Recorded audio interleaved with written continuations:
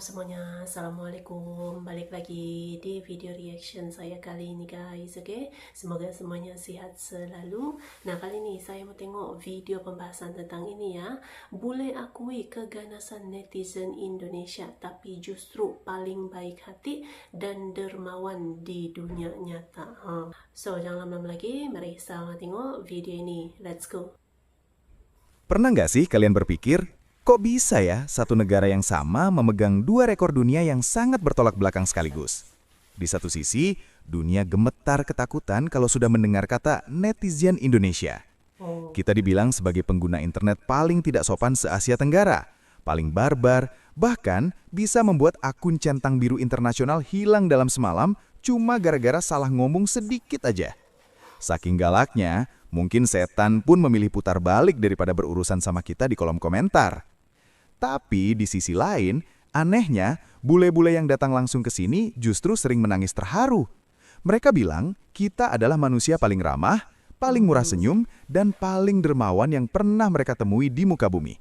Loh, kok bisa begitu? Apakah kita punya kepribadian ganda? Atau ini strategi rahasia kita?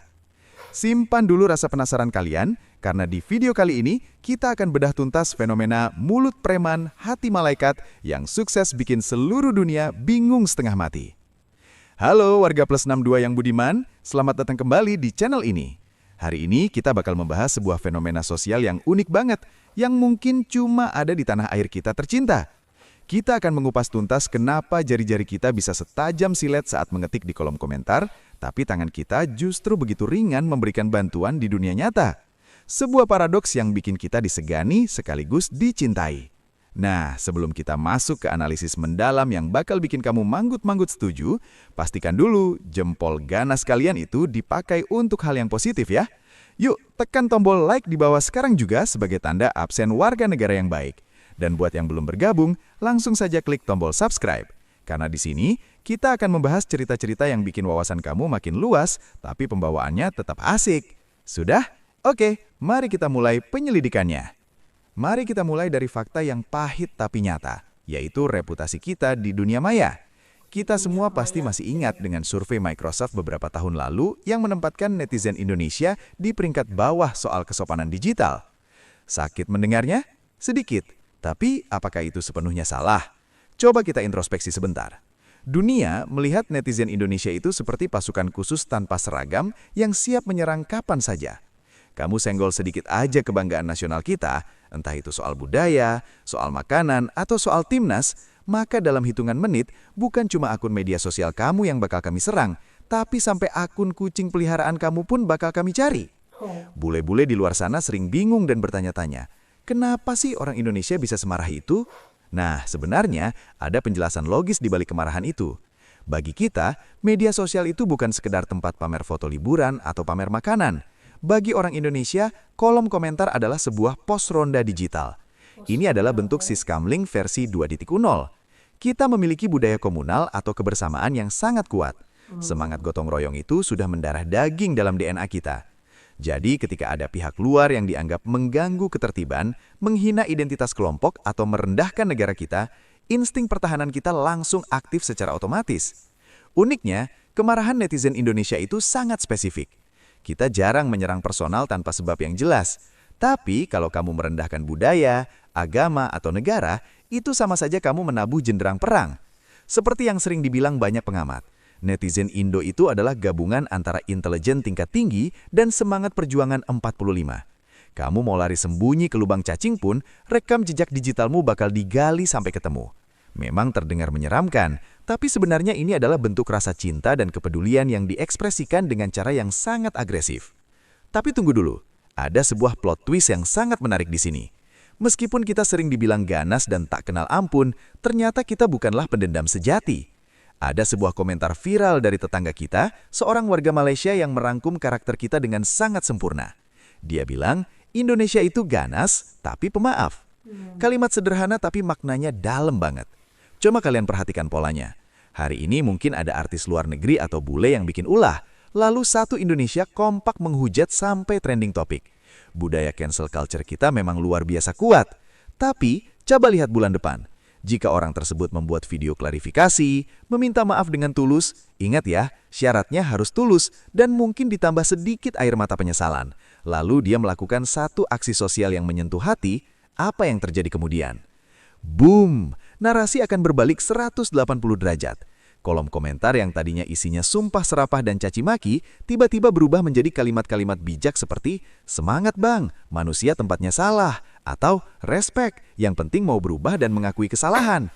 Ini membuktikan bahwa kemarahan orang Indonesia itu sifatnya emosional sesaat, bukan kebencian yang mendarah daging dan abadi. Kita ini pada dasarnya adalah bangsa yang perasa. Kita marah menggunakan hati, tapi kita juga memaafkan menggunakan hati yang sama. Kelakuan kita ini persis seperti ibu-ibu yang lagi marahin anaknya karena main hujan-hujanan. Mulutnya ngomel panjang lebar, "Kamu ini nakal banget sih," dibilangin gak nurut. Tapi 5 menit kemudian, dia juga yang nanya dengan lembut, "Udah makan belum? Sini, makan dulu, nanti sakit." Filosofi marah tapi sayang inilah yang sering gagal dipahami oleh dunia luar. Mereka pikir kita membenci mereka selamanya. Padahal, syarat untuk mengambil hati netizen Indonesia itu sangat simpel. Hargai kami dan akui kesalahan jika memang salah. Itu saja kuncinya. Begitu kamu menunjukkan itikat baik, kami akan menyambutmu kembali dengan tangan terbuka, seolah-olah tidak pernah terjadi apa-apa sebelumnya. Jadi label ganas itu sebenarnya hanya kulit luarnya saja, sementara isinya adalah hati yang sangat lunak dan mudah tersentuh. Sekarang, mari kita tinggalkan sejenak hiruk-pikuk dunia maya dan kita injakan kaki di tanah nyata, di kehidupan sehari-hari yang sebenarnya. Disinilah paradoks terbesar itu terjadi. Bule-bule yang tadinya ketakutan setengah mati karena membaca komentar-komentar pedas di internet, begitu mereka mendarat di Bandara Soekarno-Hatta atau Ngurah Rai dan berinteraksi langsung dengan warga lokal, mereka langsung mengalami culture shock yang positif. Ketakutan mereka sirna seketika, berganti dengan rasa kagum yang luar biasa. Ada banyak cerita menarik. Salah satunya dari seorang bule yang merasa hidupnya berubah total hanya dalam seminggu tinggal di Indonesia. Dia bilang, orang-orang di sini baiknya sudah di luar nalar, rendah hati, sopan, dan sangat saling menghormati. Sebagai orang asing, dia merasa bisa berjalan kemana saja tanpa rasa takut, tanpa rasa was-was.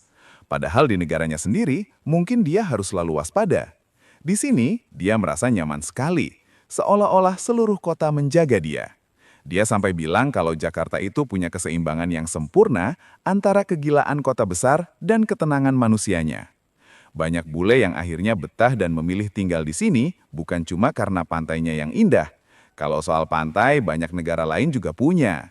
Tapi yang bikin mereka kangen dan gak mau pulang itu adalah manusianya. Mereka merasa diperlakukan seperti keluarga sendiri, padahal baru kenal kemarin sore. Contoh nyata yang paling lucu dan mengharukan adalah cerita dari seorang bule asal Belanga. Jadi, dia ini lagi iseng jalan-jalan masuk ke perkampungan warga. Tiba-tiba, ada warga lokal yang memanggil dia. Bule ini sempat curiga, takut mau dipalak atau ditipu. Tapi ternyata, warga itu memanggil cuma buat nawarin makan. Bayangkan, di negara barat yang individualisnya tinggi, kamu jatuh di jalan saja belum tentu ada yang menolong. Di sini, kamu lewat depan rumah orang yang lagi makan, kamu pasti ditawari, "Mari makan, mister." Dan itu bukan sekadar basa-basi busuk. Kalau si bule itu beneran berhenti, dia beneran dikasih piring. Dalam kejadian si bule Belanda itu, dia sampai bingung karena diajak duduk lesehan di karpet, disuguhi jengkol, ayam, sayur, padahal bahasa mereka nggak nyambung sama sekali. Si ibu warga lokal ngomong pakai bahasa Sunda campur Indonesia. Si bule ngomong pakai bahasa Inggris campur bingung. Tapi komunikasi tetap terjadi. Lewat apa? Lewat rasa, lewat senyuman, lewat keinginan tulus untuk memuliakan tamu. Bagi orang Indonesia, tamu adalah raja. Tidak peduli apa warna kulitmu, tidak peduli apa agamamu, kalau kamu bertamu dengan sopan, kami akan melayanimu habis-habisan. Ini adalah DNA kita. Kita mungkin bukan negara paling kaya secara materi dibandingkan negara-negara maju. Tapi kalau soal kekayaan hati dan empati, kita adalah jutawan-nya. Dan kalau kita bicara soal kebaikan orang Indonesia, kita nggak bisa lepas dari satu kriminalitas manis yang sering kita lakukan kepada tamu, yaitu pemaksaan gizi. Pernah dengar cerita bule yang main ke rumah teman Indonesianya? Niat awalnya cuma mampir 15 menit, silaturahmi sebentar, ngopi-ngopi cantik. Tapi apa yang terjadi? Pas masuk ruang tamu, meja makan sudah berubah jadi prasmanan hajatan. Ada rendang, opor, sambal goreng, kerupuk, buah potong, es teh manis, sampai es campur. Semuanya Si bule bingung dan bertanya, ini ada pesta apa? Tuan rumahnya jawab santai, nggak ada kok, ini masakan harian biasa aja. Padahal kita tahu, emak di rumah pasti sudah bangun dari subuh, heboh di dapur masak spesial cuma karena dengar ada tamu Londo mau datang.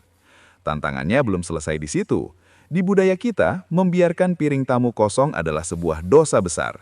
Kalau piring tamu terlihat mulai kosong sedikit saja, otomatis sendok nasi tuan rumah akan melayang dan mendaratkan gunung nasi baru di piring si tamu. Ayo tambah lagi, jangan malu-malu, dikit banget makannya. Bagi orang asing ini aneh. Di budaya mereka, no means no. Kalau dibilang kenyang, ya sudah, berhenti. Tapi di Indonesia, kata kenyang itu seringkali dianggap cuma basa-basi sopan santun.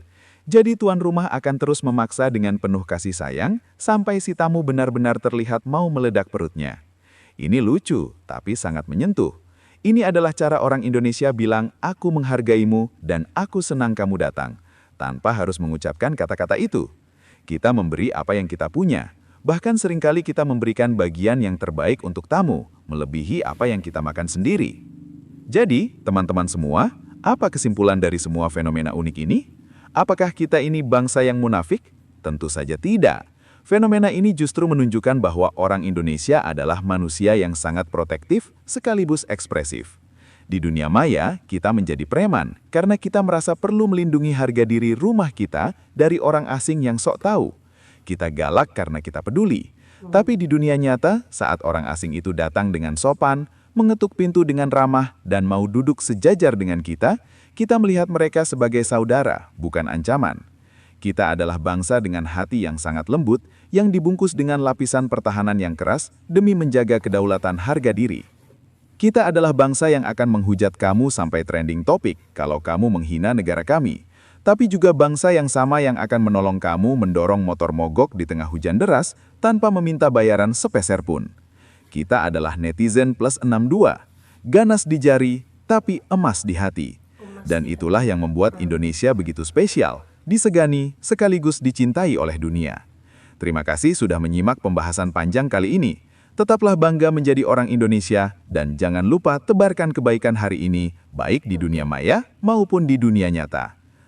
Oke guys, ya tadi ya videonya ini.